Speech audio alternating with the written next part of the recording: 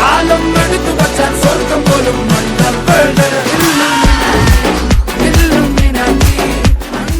Hello বন্ধুরা, আসসালামু আলাইকুম। আপনারা সবাই কেমন আছেন? আশা করি ভালো আছেন।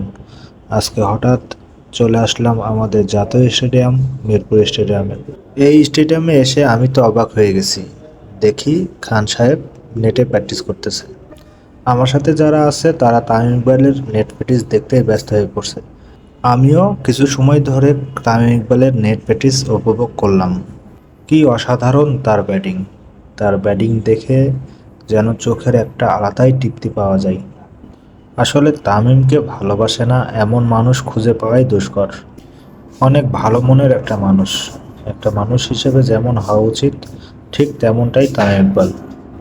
তার ব্যাটে বড় বড় ছয়গুলো দেখতে আমার অনেক ভালো লাগতেছিল। আমরা সবাই তার খেলা অনেক উপভোগ করলাম। আজকে আমাদের এখানে আসার মূল উদ্দেশ্য হলো, আজকে জাতীয় সুইমিং প্রতিযোগিতা আছে, সেটা দেখার উদ্দেশ্য নিয়েই আমরা এখানে এসেছি। অনেক দিন থেকেই এই খেলাটি চলমান, কিন্তু আজকেই এটার ফাইনাল। এখানে এসে দেখলাম প্রথম খেলাই ওয়াটার পোলো। এই খেলাটি নেভি বনাম আর্মির। এখানে নেভিকে 6-1 গোলে হারিয়েছে আর্মি টিম। আসলে এই খেলার থেকে মারামারি বেশি হয়। আপনারা দেখতেছেন একটি প্লেয়ারকে আরেকটি প্লেয়ার কিভাবে ধরে রেখেছে। এই খেলা মূলত 40 মিনিটের। প্রতি 10 মিনিট পর পর 5 মিনিট ব্রেক, 20 মিনিট পরে হাফ টাইম এবং 40 মিনিট পরে খেলাটি সম্পূর্ণ শেষ হয়। এই খেলাটিতে অনেক ফাউল হয়। খেলাটিতে ফাউল হলেই রেফারি নির্দিষ্ট ব্যক্তিকে সাসপেন্ড করে এবং রেফারির নির্দেশনায় আবার সেই প্লেয়ারটি খেলার মধ্যে ফিরে আসে এবং পুনরায় খেলতে থাকে। এখানে মূলত পানির ভিতরে গোল দেওয়াটাই মেন বিষয়। এই খেলাতে প্লেয়াররা অনেক বেশি ইনজুরি হয়, এটা অনেক সাবধানে খেলতে হয়। এবার ছেলেদের মধ্যে টপ 4 প্লেয়ারের সাঁতার প্রতিযোগিতা।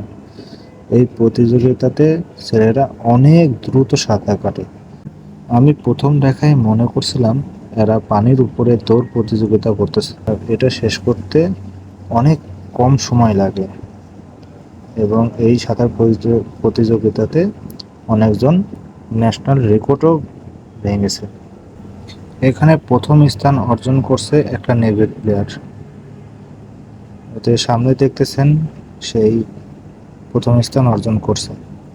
তার সাঁতারের স্পিড অনেক বেশি ছিল আর মূলত সেই ন্যাশনাল রেকর্ড ভেঙেছে। আমরা যারা দর্শক আছি তাদের খেলা দেখে খুব আনন্দিত এবং খেলাটি খুব উপভোগ করছি।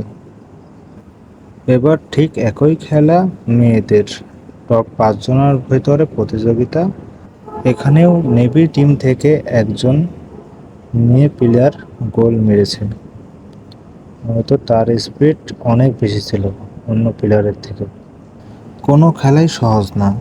খেলাগুলো দেখতে যতটুকু সহজ মনে হয় এবং দর্শককে যতটুকু আনন্দ দেয় তার থেকে 1000 গুণ বেশি কষ্টের। যারা খেলাধুলা করে তারাই বুঝে খেলাগুলো কতটুকু কষ্টের। আপনারা যারা সাঁতার জানেন তারাই বুঝবেন এই খেলাটি কতটুকু কষ্টদায়ক। একটা প্লেয়ারের কতটুকু কষ্ট করলে সে ন্যাশনাল পর্যায়ে গোল আনতে পারে। এখানে আরও অনেক প্রতিযোগিতা হয়েছে। ভিডিওটি অনেক বড় হয়ে যাচ্ছে, তার জন্য আমি ভিডিওটিকে সংক্ষিপ্ত করলাম।